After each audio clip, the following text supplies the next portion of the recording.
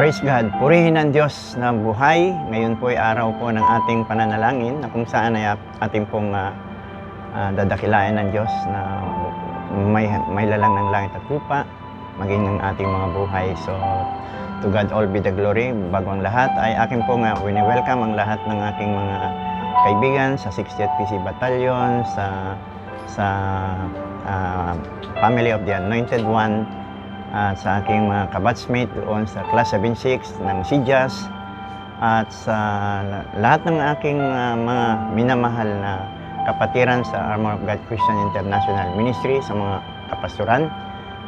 Sa lahat ay aking pong wini-welcome, at lahat po kayo na kaibigan ko dito sa Facebook, maging sa Messenger, to God all be the glory, wini-welcome ko rin po kayo. Kaya salamat po. Ayan po, sama-sama po tayo sa ating patuloy na pananalangin sa araw na ito, at patuloy po na bayaan ng presensya ng Diyos ay patuloy na dadaloy ngayong gabi. Sapagkat tunay nga po na kapag ang ating mga puso ay malinis, nilinis ng Diyos, dadaloy po siya. Pero bago ang lahat po tayong manalangin, lahat po tayo kumikit at manalangin sumandali. Panginoon, sa oras na ito, Ama, anuman Panginoon kita mo sa aming mga buhay, Lord Jesus, kami man, Panginoon o Diyos, Lord, ay nakagawa ng di naayon sa iyong harapan, Panginoon. Lord, sa oras na ito, Ama, hinihiling na iyong lingkod, bawat isa sa amin, Panginoon, na nagpapakumbaba. Pakalinisin mo po kami, gawin mo po kaming karapat-dapat. Patawarin mo po kami sa aming mga kahinaan, at sa oras na ito, aking pong itinataas bawat isa sa amin, Panginoon, na ang banal mong dugo, ang biyaya mo sa amin, ay pagkaloob mo, Panginoon, sa gabing ito. Linisin mo kami mula ulo hanggang talampakan. At hayaan po, O Diyos, Lord, sa magitan ng banal na dugo ng aming Panginoong Jesucristo, mahayag ang iyong kabutihan at kagandang loob sa aming mga buhay. Salamat po, Ama, na marami. Patuloy mong pakinggan ang aming mga panalangin na patuloy na babanggitin, Panginoon o Diyos, Lord, sa iyong harapan, Panginoon, Lord Jesus. Salamat po, Ama. Gumawa rin po kayo ng himala sa mga nangangailangan, lalong-lalo na sa mga may sakit at karamdaman. Patuloy, Panginoon, Lord, igawad mo ang iyong basbas sa araw na ito, sa gabing ito. Salamat po, Ama, na marami. Tunay nga po, napakadakilang sa iyong kapurihan, karangalan, kadakilan, sa matamis sa pangalan ng Panginoong Hesus. Amen. Amen. So, narito na naman po tayo sa ating pong evening prayer, na kung saan ay patuloy po nating kakatagpuin ang presensya ng Panginoon. Pero bago ang lahat, ayan po na magkaroon po muna tayo ng exhortation sa kanyang mga salita. So, at pag-aralan po natin ang salita ng Panginoon, na kung saan ay patuloy po na matututunan natin siya ay kaulayan. Makaulayaw siya sa ating mga buhay mula sa kaibuturan ng ating mga puso. So, to God all be the glory. Hallelujah. So, continuation po ito doon sa ating napag-aralan mga nakaraan. Why pray to God? Bakit ba kailangan nating manalangin pa sa Diyos? So, makita po natin, mga kapatid, yung kahalagaan po ng panalangin ay hayaan po na makuha po natin ito sa pamamagitan ng understanding man's dominion. Hayaan po na patuloy po natin na pagbulay-bulayan mga nakaraang pag-aaral po natin.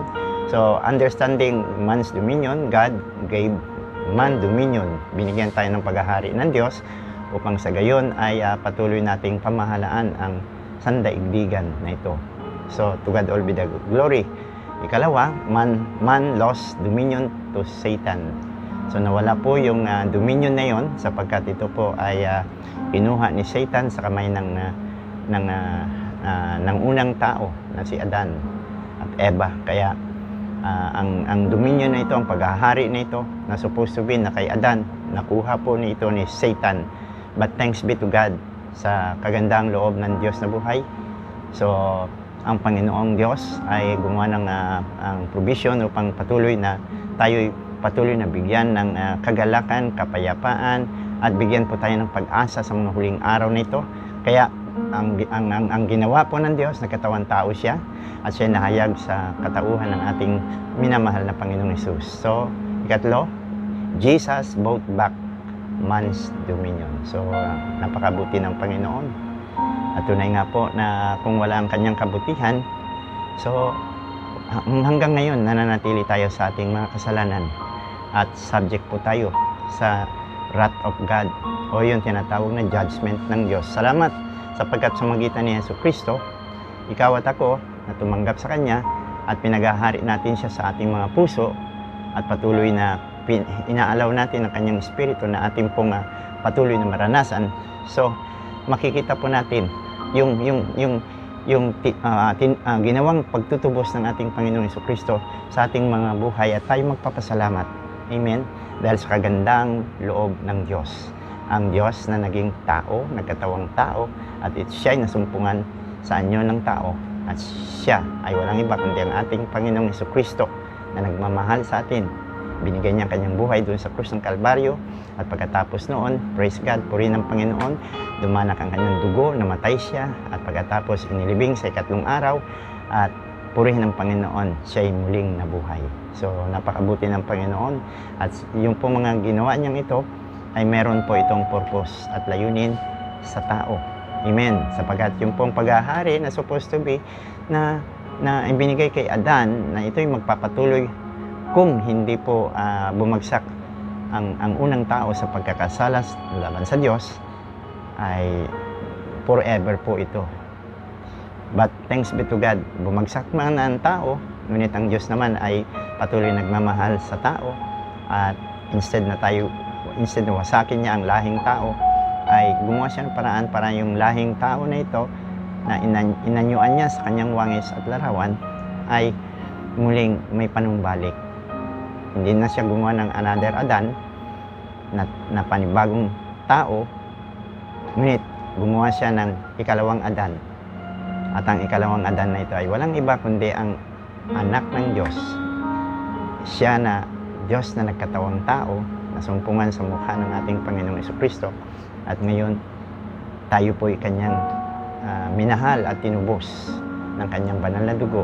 At patuloy na tayo po'y binigyan ng pagkakataon na siya po'y maranasan. Purihin ang Diyos na buhay. Purihin ang Panginoon. Bakit po ba? Why the Son of Man? Bakit ba kailangan na ang Diyos ay kailangan pa maging tao? Praise God. Purihin ang Panginoon. Nais ko pong ibigyan ng klarado po ito ng higit-higit, sapagkat dinaanan lamang po natin ito sa unang pag-aaral natin sa nakaraan, dahil ito'y part 2 ng ating pong pag-aaral. So bakit ba? Why the Son of Man? Bakit ba ang Diyos kailangan pang maging Son of Man? Why did Jesus come as a Son of Man? Bakit ba si Jesus, si Jesucristo, ay naparito bilang anak ng tao? Why Jesus, the Son of God, needed to become the Son of Man? Ayan mga katanungan. Why did he not come as the Son of God? Bakit hindi siya pumarito sa atin bilang the Son of God? Ngunit ang sabi ng Biblia, He is already the Son of God. Ngunit ang sabi ng Biblia, His divinity, ito po'y kanyang inalis. So yung the Son of God ay naging the Son of Man. So purihin ng Panginoon. Hallelujah. Dahil ang kanyang aabutin ay tayo, tao. Praise God. Meron po siyang aabutin. Hindi po mga anghel, hindi po mga hayop, kundi yung kanyang nilalang ayon sa kanyang larawan at wangis na naiwala ni Adam doon sa hardin ng Eden. So dumating ang Diyos, ang anak ng Diyos, naging tao upang muli niyang i-represent tayo sa harapan ng Diyos, bayaran ng pantubos ang ating mga kasalanan doon sa krus ng Kalbaryo sa magitan ng kanyang buhay, yung kanyang pagkakaroon ng buhay. Dahil kung hindi po siya magkakatawang tao, hindi po siya mamamatay. Kung taglay niya ang the Son of God, hindi po siya mamamatay, sapagkat yun po ay nature ng Diyos. So, salamat. Yung nature ng Diyos ay naging kinuha niya yung nature ng tao. Isinuot niya yung nature ng tao, nating lahat, upang sa gayon ay makagawa po siya ng kaparaanan upang tayo po ay kanyang kunin mula doon sa lusak ng putik ng kasalanan at ugasan ng kanyang banal na dugo, at tayo po ay mabigyan niya ng pag-asa So, kailangan po talaga. Why the Son of Man? It is because there is a main purpose. Sabi nga ng Matthew 18 verse 11, Jesus, ito po, it refers to the Son of Man. Sabi nga, for the Son of Man is come to save that which was lost. Ang anak ng tao ay naparito upang magligtas sa mga nangawala. So, purihin ang Panginoon. Hallelujah! Napakabuti ng Diyos natin na naging anak ng tao. Praise God.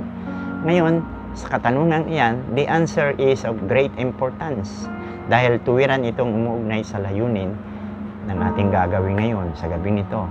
Walang iba kundi ang salitang panalangin. Nais ng Panginoon na maunawaan po natin na yung pong ibinigay niya na likeness or image doon sa Garden of Eden.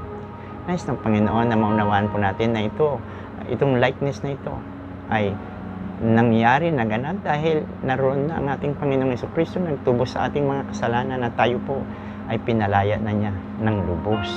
At ngayon, nais pa ipaunawa ng Panginoon sa atin na tayo po bilang mga anak ng tao ay kailangan maging anak ng Diyos sa magitan ni Jesucristo. At tayo naging anak ng Diyos, John 1:12, dahil pinapasok na natin siya sa ating mga puso.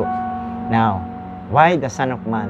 Bakit ba kailangan ng Diyos ay maging anak ng tao? Now, number one, God will not violate His will. Hindi pwedeng labagin ng Diyos ang kanyang kalooban. Amen po ba? God will not force His way into man's area. Hindi niya ipoforce ang kanyang sarili dito sa kinalalagyan ng tao. Man's area of authority. Walang iba dito sa daigdig na ito. And violate ang authority na pinagkaloob niya sa tao. May pinagkalooban Diyos sa tao ng otoridad. Amen? Kaya nga, hallelujah, yung authority na yon ay patuloy na pinagkaloob niya sa atin upang pamahalaan natin ang sandaigdigan na ito. Purihin ang Panginoon. Alam niyo ba na sa pagkakaloob ng Lord ng authority na ito, kasama na rin po, no, yung tinatawag na free will ng tao. Sa otoridad na ito, ipinagkaloob ng Diyos ang authority ng free will. Amen. So, hindi pwedeng labagin ng Diyos yung authority na ito na ipinagkaloob na sa kanila. At ang free will na ito ay tunay nga po na mahalaga sa Diyos dahil dito ay malalaman ng Diyos kung ang taong yan ay talagang totoong nagmamahal sa Kanya sa pamamagitan ng free will na ito. At sa pamamagitan din ng free will na ito, ang tao po ay patuloy na masasala ng Diyos. Kung sino ba talaga ang naglilingkod sa Kanya ng totoo at sino ang hindi. So yung free will ay kailangan po. Praise God. Hallelujah. Purihin ang Panginoon. Alam niyo ba na si Adam, siya po ay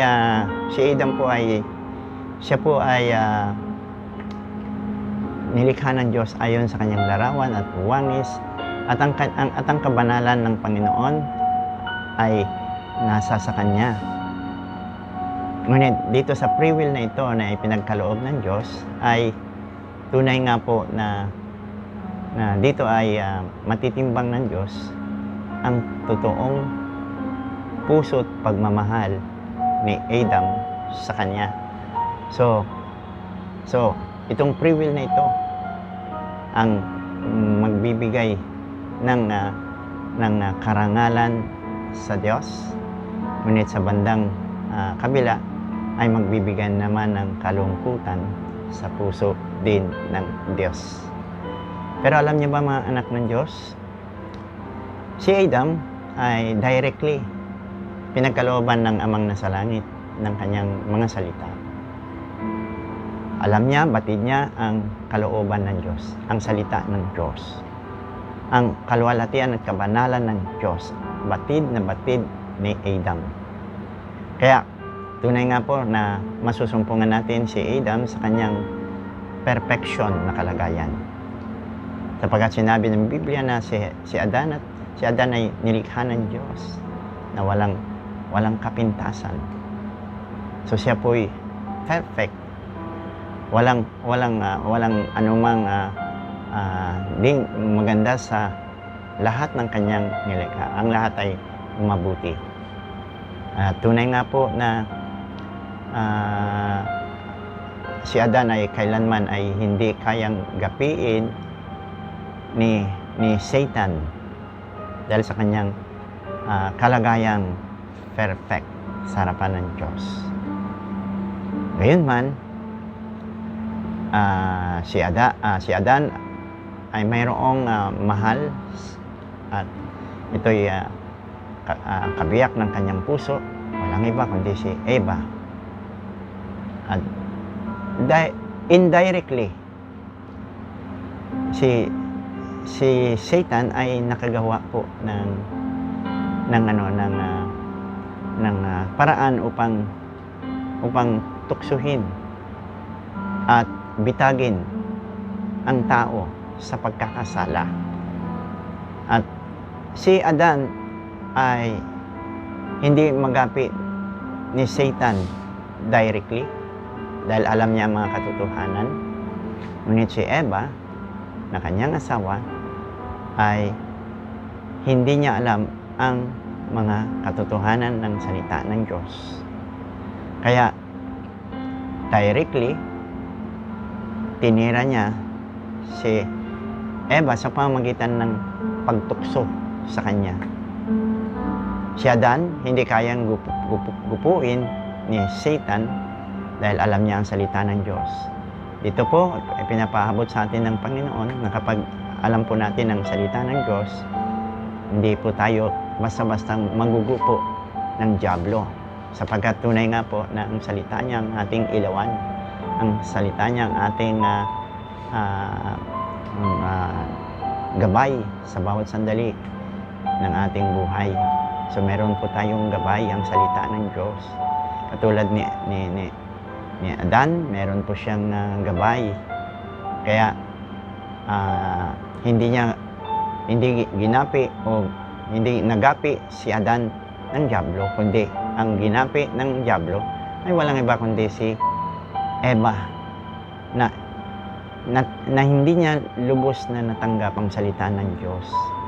Kaya instead na si Adan ang gupuin ni Satan, walang iba kundi ang kanyang minamahal na asawa na kulang sa kaalaman sa salita ng Diyos.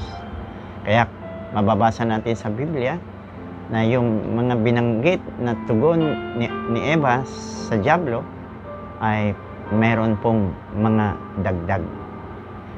Dinagdag ni Eva na mahipo niya ang bunga ng pagkaunawa ng mabuti at masama. Mahipo niya ay tiyak na sila ay mamamatay. Ngunit sa katotohanan ng salita ng Diyos ay nadagdagan po. Ang salita ng Diyos ay sinasabi na kapag kinain ang bunga ng punong kahoy na yon, doon pa lamang sila mamamatay. Ngunit dito po ay dinagdagan po ni Eva ng salitang mahipuin man lang ay sila ay mamamatay na. So may dagdag po ang mga salita ng Diyos na nagpapatunay na hindi alam ni Eva ang mga salita ng buhay. So, praise God, purihin ng Panginoon, hallelujah. Magpatuloy po tayo. So, God will not violate His will. Hindi niya ipipilit ang kanyang sarili sa area ng tao o sa ating mga sarili, sa daigdig na ito. At labagin ang otoridad na ipinagkaloob niya sa tao muli. Sapagkat ang tao binigyan niya ng pamamahala to have dominion and rule here on earth. Alam niyo mga kapatid, God is bound by His yung tinatawag na predetermined purpose. Amen? Ang Diyos ay nagagapos sa kanyang paunang natukoy na layunin. Dito po sa kanyang purpose na ito. binded ang ating Diyos. He will not violate His own will and exercise authority sa lugar ng tao. Purihin ang Panginoon.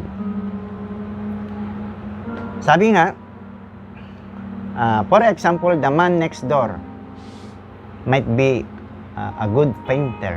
Magaling siyang magpintura.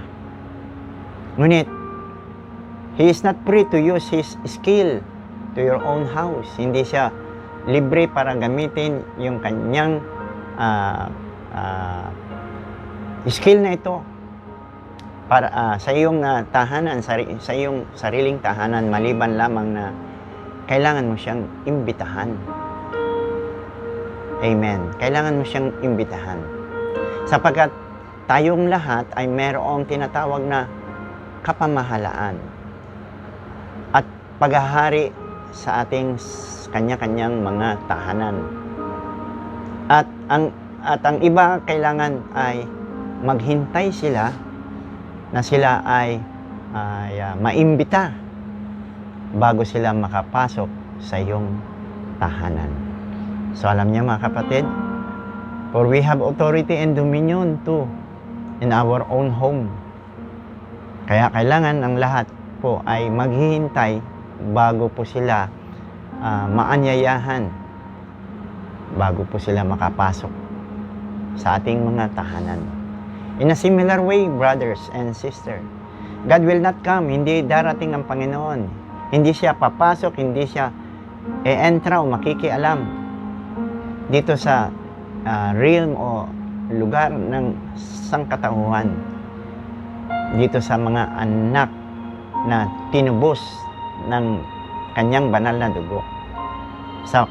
Sapagkat dito po ay meron siyang dominion sa kanyang kalagayan. Man's dominion without a man inviting God to do move in prayer. So, mga kapatid, in the realm of the redeemed children of man's dominion, kailangan po na merong mag-iimbita. Amen? Mag-iimbita sa Diyos to move in prayer. Kaya nga, ito pong ating pong tinatalakay ngayon, it is about yung pong ipinagkaloob na kapamahalaan ng Diyos sa atin ay nasa atin po ito. And we have also a free will, our own free will. Meron tayong sarili.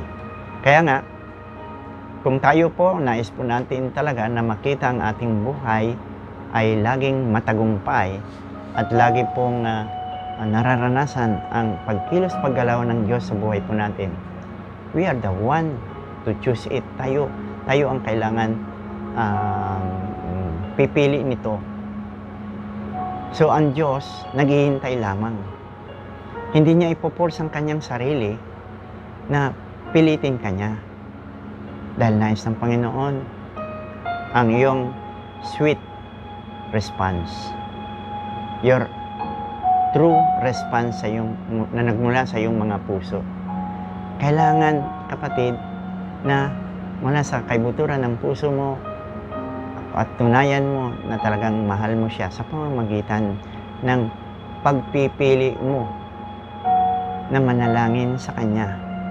Sa ating kapanahunan ay kahit anak na ng Diyos ngayon, ay hindi nila magawang bigyan prioridad ang Diyos sa buhay nila sa pamamagitan ng panalangin. Hindi rin makamove ang Diyos sa buhay nila dahil yung authority ay nasa atin. Ibinigay ng Diyos sa atin yung authority. At yung authority na yon na yung we have a free will to choose. Meron tayong libreng pagpipili. Amen? Free will. Pagpipili kung anong kalooban ang gusto natin. Kung ang kalooban ba ng Diyos ang pipiliin natin o ang kalooban ng kaaway o ang ating mga sarili. So, tatlo po sila. Yung nag-uumpukan, praise God, kumikilos, gumagalaw, kung ano talaga ang ating pong pipiliin. Kung yung bang Panginoon, dahil kapag pinili natin ang Panginoon, makikita po natin ang katagumpayan ng ating buhay. At katugunan na rin ng lahat ng ating mga panalangin. At katugunan sa buhay na walang hanggan para sa atin. At ang kaaway ay nariyan din. So kung pipiliin mong kaaway, masaklap na kasasadlakan ang ating pong kahantungan kung tayo po ay pipiliin nating hindi manalangin. So marami na po mga Kristiyano ay nahatak po ng kaaway. Alam nyo, dalawang kaaway natin eh. Sa mabuti, isa lang ang Diyos. Hinahatak tayo papunta sa Kanya upang tayo maging matagumpay sa pamamagitan ng panalangin. At the same time, hinahatak din tayo ng dalawa. Ano yun? Ng diablo at ng ating mga sarili.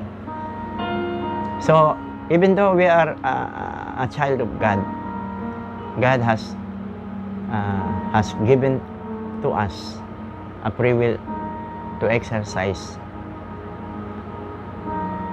Amen? Kung anong pipiliin natin. Free will to choose. So it's up to you, brothers and sister.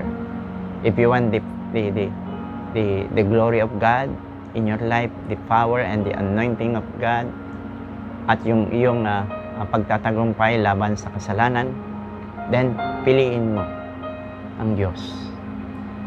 Ang Diyos ay nasa lahat ng dako. Alam niyang nangyayari, alam niyang nagaganap. At kapag pinili natin siya na patuloy pagkaloob ang ating buhay sa pamagitan ng ating continuous fellowship and prayer, makikita po natin na ang mga anak ng Diyos, kung siyang gagawa ng istorya sa mundong ibabaw at makikilala ng lahat na mayroong Diyos na buhay sa magitan mo, kapatid. So, kailan mo ibibigay ang buhay mo? Kailan ka mananalangin? So, purihin ng Panginoon. Hallelujah. Salamat sa mga salita ng Diyos na nahayag ngayon. Mga kapahayagan ng Espiritu na nagbibigay sa atin ng tunay na katagumpayan. At ngayon, hayaan po na manalangin po tayo. At panalangin na rin po natin ang ating una sa lahat ay ang ating puso, ang ating kalagayan. Hingin natin sa Diyos na tayo pakalinisin niya at sa kanyang paglinis sa atin ay patuloy naman na kumilos ang kanyang habag at awa. At ang kanyang paghipo sa atin, ang Espiritu Santo ay dumako sa atin upang patuloy na tayo po ay maging matagumpay. At kung tayo maging matagumpay, lahat po ng mga panalangin natin ay tutugunin ng Diyos. Nananampalataya ka ba, kapatid, na sa oras na ito, tutugunin ng Diyos ang iyong mga panalangin. Marami sa atin na tunay nga po na naghihintay, no, sa kalwalhatian ng Diyos na mahayag sa mga panahong ito. Yes, isa ako, isa ikaw, isa tayong lahat na naghihintay sa gagawin ng Diyos sa buhay po natin, sapagkat nasa huling araw na po tayo. At hayaan po mangyari ito, maganap ito sa pamamagitan ng iyong buhay, patuloy na pananalangin, hindi bukas kundi ngayon. Amen. Ang ating pong decision ay mag-uumpisa ngayon. Mananalangin po tayo hanggang sa tayo ma-embrace ng kanyang pagmamahal, ma-embrace tayo ng kanyang kapangyarihan, ma-embrace niya tayo ng lubos-lubos. And then, kapag nangyari, naganap po yun, magkakaroon po tayo ng intimacy, sweet fellowship sa Diyos, na kung saan ay kulang ang lahat ng bagay para ipagpasalamat natin sa Diyos. Kaya, sa oras na ito, manalangin po tayo. Praise God, purihin ka, Panginoon. Salamat po, Diyos, na sa sandaling ito, Panginoon, ang banal mong Espiritu ay nasa aming kalagitnaan At tunay nga po, Ama, na kulang, Panginoon o Diyos, Lord Jesus, ang aming kakayahan para isagawa ang mga bagay na ito. Bagkus, hinihiling po namin ang patnubay ng Espiritu mo, Panginoon. Turuan mo kaming manalangin. Turuan mo rin kaming magpakumbaba upang sa gayon, Panginoon Lord, sa aming paglapit sa iyo, maranasan namin ang pag-ibig mong wagas, Panginoon. Patawarin mo po kami sa aming mga kahinaan. Hinihiling po namin, Panginoon o Diyos, Lord, sa panahong ito, Lord, na kung saan ay napakaraming pagsubok, Lord Jesus, hayaan po ang kalakasan mo dumating sa amin. Tulungan mo po kami, Panginoon. Hayaan, wakasan mo, Panginoon o Diyos, Lord God, ang gawa ng kaaway sa aming mga buhay at alisin mo lahat, Panginoon, ang pag-aalinlangan, o Diyos, sa aming mga puso. Kundi, paghariin mo kami ng mga salita ng buhay. Salamat po, Ama, na marami. Tunay nga po na napakaikli ng mga panahon. Ang mga panahon na aming nilalagi sa daigdig nito, Lord Jesus, ay tunay na napakaikli. At tunay nga po, Ama, na kailangan namin po kayo. Salamat po, Ama, na marami. Wala na pong higit sa iyo, Ama. Tunay nga po, Diyos. Pagpalain mo rin ang aking mga kapatid na naririto ngayon, na umahanap sa iyong presensya. Daluyan mo, Panginoon, ang iyong presensya ngayon. Lahat po, Panginoon Lord, na may mga sakit at karamdaman, mga bagatawa mo, ay dumating sa kanila. Salamat po, lahat ng may mga kahilingan, Panginoon, na sumasabay sa akin, Panginoon, sa panalangin ito. Abutin mo ang kanilang mga panalangin. Pagpalain mo po sila, Ama. At tunay nga po, Ama, na habang sumasabay sila sa iyong lingkod, Panginoon, nararanasan din nila, Panginoon o Diyos, Lord, ang pagkilos at paggalaw ng iyong Espiritu. Yakapin mo sila, Ama. Yakapin mo sila, o Diyos. Yakapin mo ang bawat isa na naririto.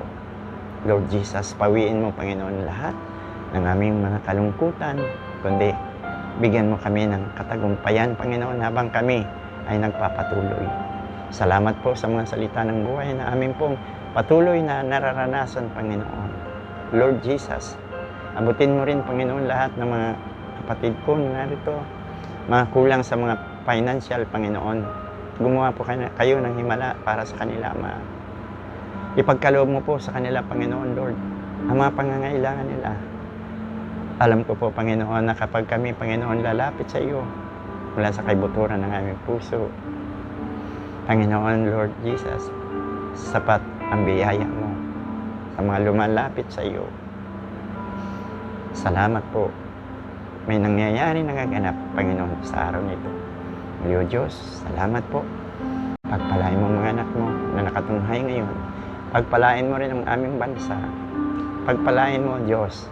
Hayaan, Lord Jesus, ilayo mo kami, Panginoon o Diyos, sa sakuna. Ilayo mo kami sa lahat ng mga viruses, Panginoon o Diyos, na kumikilos, gumagalaw, Panginoon, sa buong mundo. God, hayaan yung merong virus na variant, Panginoon, ito ay mawasak sa pangalan ng Panginoong Hesus.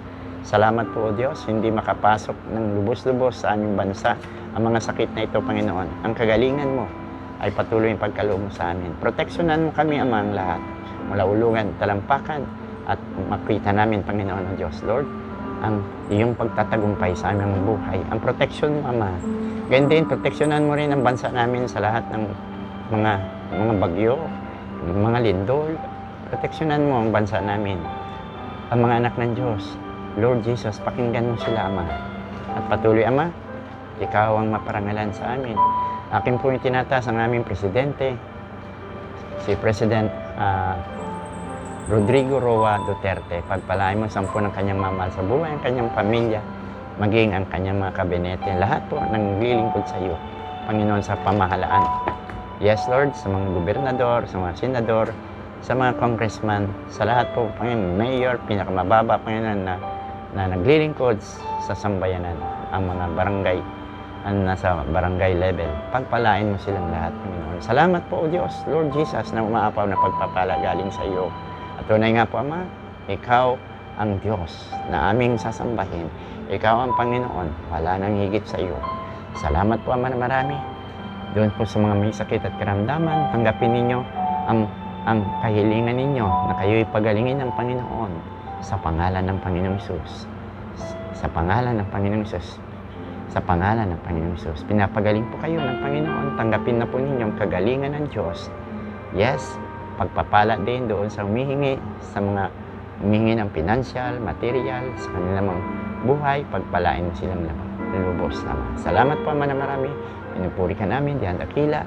O Lord Jesus, ang aking mga kapatid sa buong kawan ng Armor of God, maging sa family of the Anointed One, pagpalain mo sila, umapaw, Panginoong, kagalakan sa kanilang puso at proteksyon. Salamat po, Ama, na marami. Hallelujah, hallelujah, hallelujah. In the mighty name of Jesus, tanggapin po natin ang pagpapala ng Ama, ng Anak, at ng Espiritu Santo, ngayon at magpakailanman. Sa matamis na pangalan ng Panginoong Hesus. Amen. Amen. So kung kayo po ay pinagpala ng ministeryong ito, praise God, at meron po kayong naranasan na paghipo, pagpapala ng Diyos sa inyong mga buhay o kagalingan, huwag po kayong mahiya na tawagan ninyong yung lingkod dito sa Messenger. Welcome po kayo. At i-subscribe nyo rin po ang YouTube channel ng yung lingkod at pagpalain kayo ng lubos-lubos ng ating Amang nasa langit. So, salamat po. To God all be the glory in the mighty name of Jesus Christ of Nazareth. Amen. Maraming salamat po. Maraming salamat po.